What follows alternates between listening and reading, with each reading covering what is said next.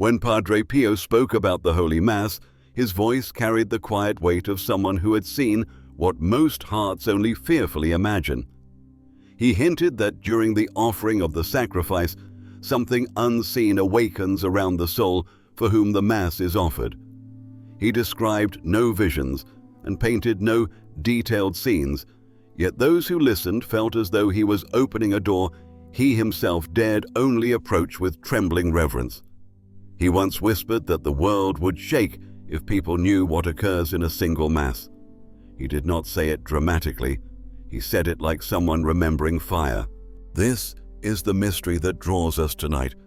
Padre Pio saw what happens when you offer a Holy Mass.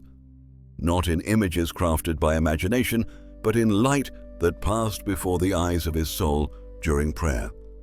He kept much in silence, yet he allowed enough to be known so that the faithful might understand the tenderness and the power that move through the sanctuary when the sacrifice is offered. He knew that grace flows in ways deeper than thought. He knew that the veil between this world and eternity becomes thin. And he knew that the souls for whom the Mass is offered experience something far more profound than the simple intention written on a piece of paper. The Holy Mass touches what lies beyond time. Padre Pio sensed this in ways he rarely explained, but those near him saw how his body trembled during the consecration. They heard the faint sorrow in his breath. They witnessed the reverence that took hold of him like a sacred weight. They understood that he was not reciting prayers. He was facing mysteries that drew heaven close. Tonight we step carefully into that mystery, not to claim knowledge beyond what the Church permits, but to follow the path Padre Pio traced through his quiet testimony. Because what he glimpsed during the Holy Mass reveals something essential about God's mercy and the way grace moves toward the soul in its deepest hour of need. Padre Pio understood that the Holy Mass is not a simple devotion, but the very heart of the Church's life. He knew that every soul carries hidden wounds and unspoken fears. Some fear judgment, some fear the weight of their past. Others fear the silence of God when they pray. These fears may not appear on the surface, yet they shape the decisions of our days and the restlessness of our nights. Padre Pio recognized that the Mass speaks into these silent places with a power nothing else can touch. He often said that if people truly understood the Mass, they would leave nothing undone to attend it. He was not trying to inspire guilt. He was naming a spiritual truth he had felt deeply. The Mass is the moment when Christ's sacrifice becomes present in a mysterious, unbloody way. It is the place where mercy flows with the same force that once poured from the cross. The stakes are high because the soul stands in need of salvation at every hour, and the Mass is the well from which that salvation is drawn. But the stakes are even greater for the souls in the next life. Padre Pio held this with profound seriousness. He prayed for the dead with tender persistence because he knew that they wait for the prayers of the living with a longing we cannot imagine. The Church teaches that our bond with them remains unbroken, and Padre Pio felt this with a clarity that made him tremble. A Mass offered for a departed soul gives them what they cannot obtain for themselves. It is a gift beyond price. Yet the living also rely on the power of the Mass in ways they rarely perceive. Padre Pio witnessed what happens to hearts left without grace. He saw families crumble under unseen burdens. He saw people drift far from God because they tried to carry their wounds alone. He saw how darkness grows when prayer is neglected, and he knew the Mass stands like a lighthouse holding back the tide. This is why he urged the faithful to offer Masses with urgency, because he understood what hangs in the balance. Grace touches the soul at its most fragile point and draws it toward healing. Without that grace, the soul grows weary, but with it, the soul learns to hope again. There were rare moments when those close to Padre Pio noticed a change in his expression as he prepared to offer the Holy Mass for a particular intention. His eyes would soften, then deepen, as if he sensed something that others could not perceive. He never spoke grandly about these moments, but the friars around him knew that the intention he carried had stirred a quiet movement in the unseen world. One brother later said that Padre Pio looked as though he were listening to a voice that did not speak aloud. For Padre Pio, the request to offer a Mass was never a simple plea. It was a cry from a soul, living or departed, that reached the heart of Christ. And sometimes that cry seemed to reveal itself to him in a way that made him hold the intention with delicate care. A woman once asked him whether her husband, who had died, suddenly would receive the fruits of the Mass she had requested. Padre Pio gently laid his hand upon hers and said that no grace from the Mass ever fails to reach the soul for whom it is offered. He spoke it slowly, like a man who had seen the truth unfold before him. This formed the quiet, spiritual twist that shaped his life. He believed that when a Mass is offered, a path opens that grace follows without delay. Whether the person is close to God or wandering far from Him, the grace moves with purpose. Whether the soul is living in earthly fear or resting beyond the veil, the grace knows where to go.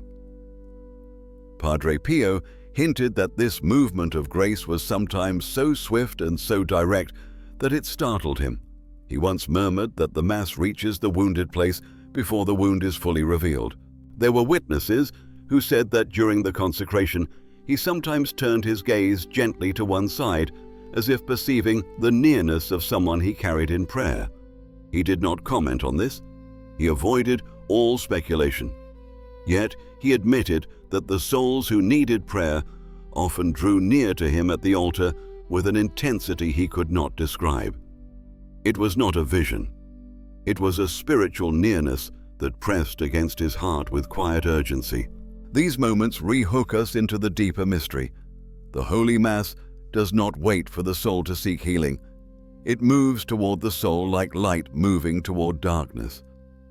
Padre Pio saw this again and again, and through his silent witness, we begin to sense the awe of what God accomplishes when we dare to offer a Mass for someone we love. As Padre Pio stepped toward the altar each morning, his movements carried a solemn endurance that revealed how deeply he felt the weight of the intentions entrusted to him. Those who watched him sensed that he was not entering a ceremony, but approaching a mystery that strained the limits of his humanity. His hands often trembled slightly, his breathing slowed, his eyes carried a quiet sorrow and a quiet strength. It was as though he was preparing to lift more than bread and wine. He was preparing to lift the wounds of the world. He once confided to a brother that the intentions offered at Mass were never abstract.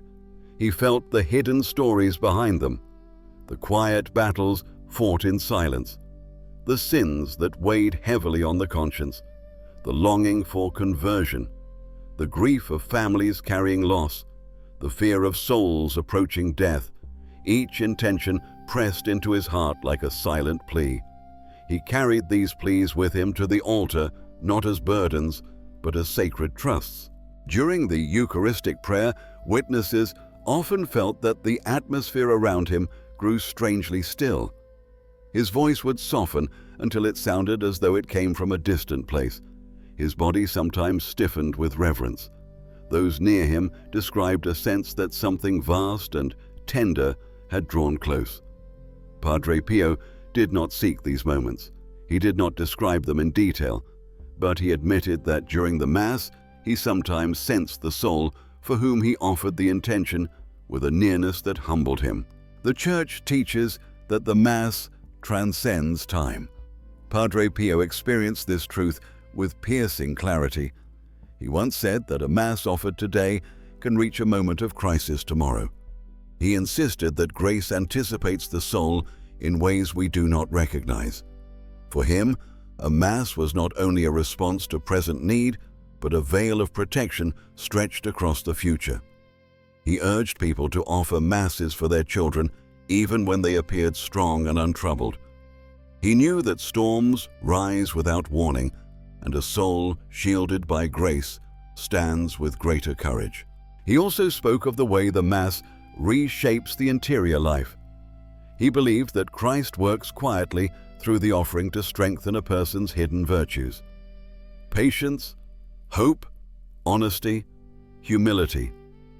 These virtues do not grow quickly, yet they grow more deeply when nourished by the sacrifice of the Mass.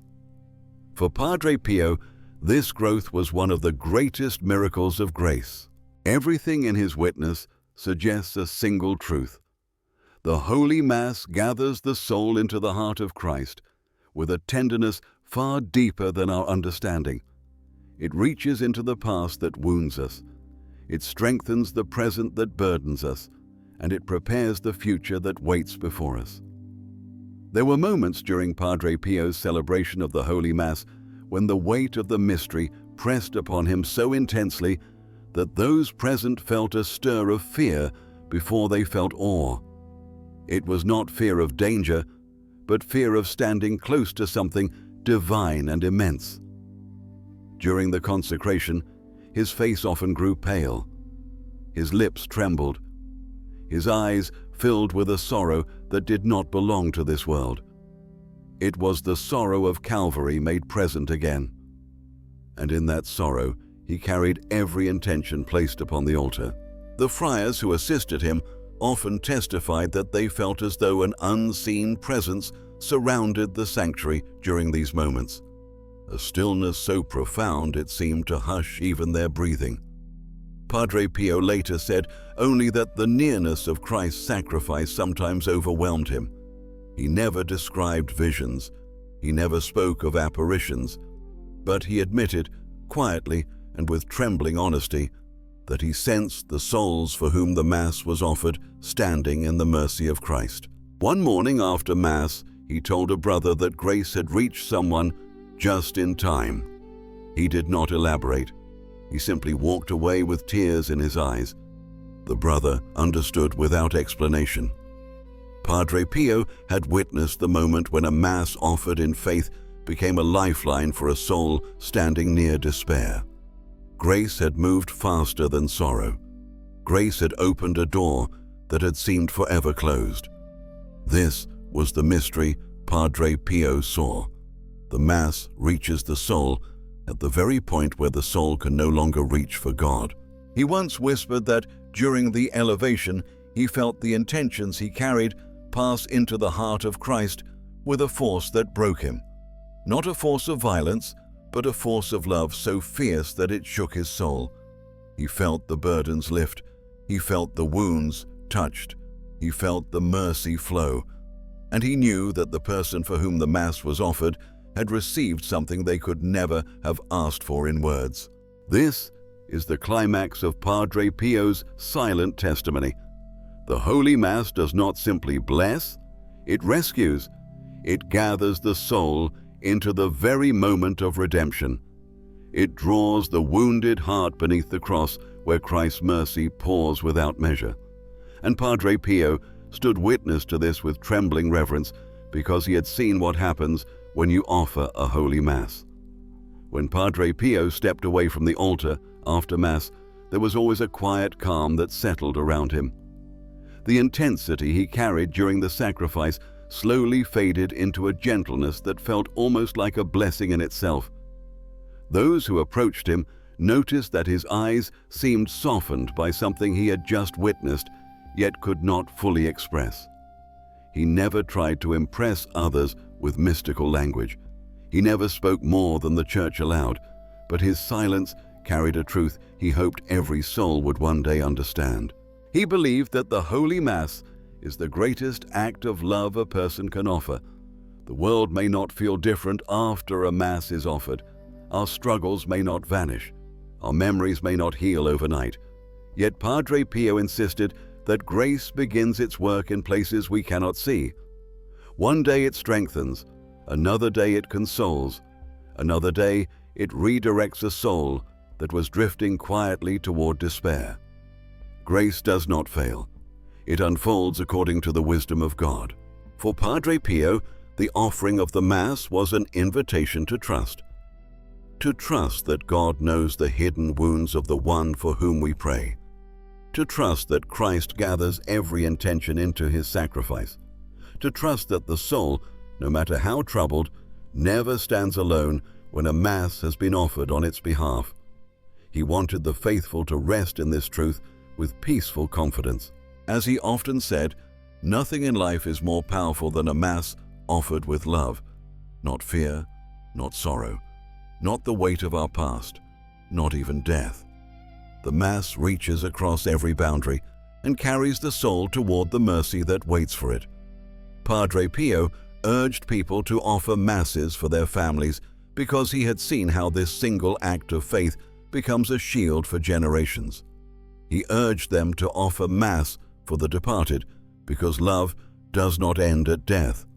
And he urged them to offer Mass like a gift placed quietly into the hands of God, trusting him to do with it what only he can do. The mystery remains vast, the details remain hidden, but one truth stands firm. When you offer a holy Mass, something in heaven moves toward the soul with unwavering tenderness. Padre Pio lived and died believing this, and through his witness, we are invited to believe it too.